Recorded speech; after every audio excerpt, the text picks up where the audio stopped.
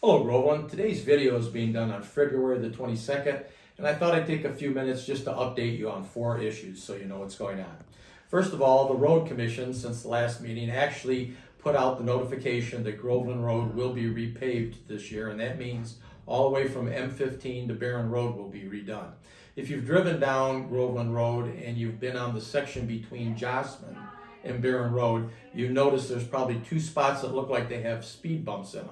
Those are typically cross culverts for drainage that have heaved in the winter and lifted up. So I'm sure they'll be repaired when they do their overlay for the whole road, all the way from M15 to Barron Road. That's scheduled to start. The bid's going to be let out in the spring. The work will start sometime around July the 1st and be done by the fall. Second item I wanted to tell you about is something that's come up before and we've talked about in past years, and it looks like it's coming up again. Apparently there's a move afoot in Lansing again to try and start the RTA, Rapid Transit Authority bill. This time the bill looks like it's going to be put forward just in Wayne and Oakland County. So if it passes in the county, we will all be paying for the millage increase to support the 2 museums in Detroit that they want supported, which is the Historical Museum and the Wright African American Museum. So stay tuned for this, and you can take an opportunity to write your legislator and let them know what you think. The last I heard, and I haven't seen the final documents yet, it's again going for about 0.4 or 44 of a mil. So I'll talk to you about that after I've seen the final documents.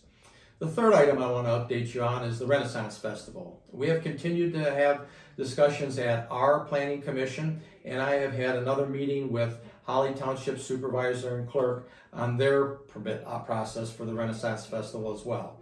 At this point in time, we seem to be pretty much in sync that both of us agree that if we can't get the issues we need addressed at the Renaissance Festival this year, neither one of us will issue the permit. And the only way I think it has any tooth in it is if both of us either issue the permit together or both of us deny it together. And so we'll see how the discussions with the Renaissance Festival go. There has been some difficulty in trying to coordinate a meeting with the Renaissance Festival because the park manager people have been tied up down in Florida at another site with some other issues. But we'll let you know as those move forward and the Planning Commission continues to assemble its list of requirements that we feel are necessary for the site to operate effectively this year and going forward. And the fourth item I want to talk about is a little bit about the fire department. We've told you in the past that the fire department's goal going forward is to figure out how to fund it without having to raise the taxes on all the rest of us that live out here.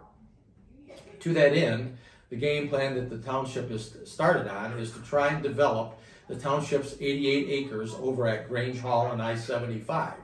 The tax base from that kind of a development could provide the funding necessary to take care of the fire department's needs going forward without the need for us raising all of our taxes on our homes. And that's what we've been working with. I understand there have been some misstatements made that somehow our fire department millage was expired. That's not the case. We deliberately did a 4-year fire millage to allow us to see what we could do to improve the case on the fire department, and Chief Mason has done a good job on making sure that we're running lean and mean on it. But we're going to take a look at the end of that and determine exactly how many other dollars we've used, like COVID dollars or sources like money from the township that we've put into keeping the fire department running. At the end of this process, we're going to know exactly what it takes to run the fire department the way it is, and whether or not we can make this work by getting dollars from the development we plan to do on the township's 88 acres at Grange Hall and I-75. So stay tuned. We'll let you know as we get down that process, but things are looking pretty encouraging. We're getting some interest in the property now, and we're taking several steps to aggressively be able to market to the type of tenants that we want to have there. We'll keep you informed as we go forward on the next videos. Have a great day.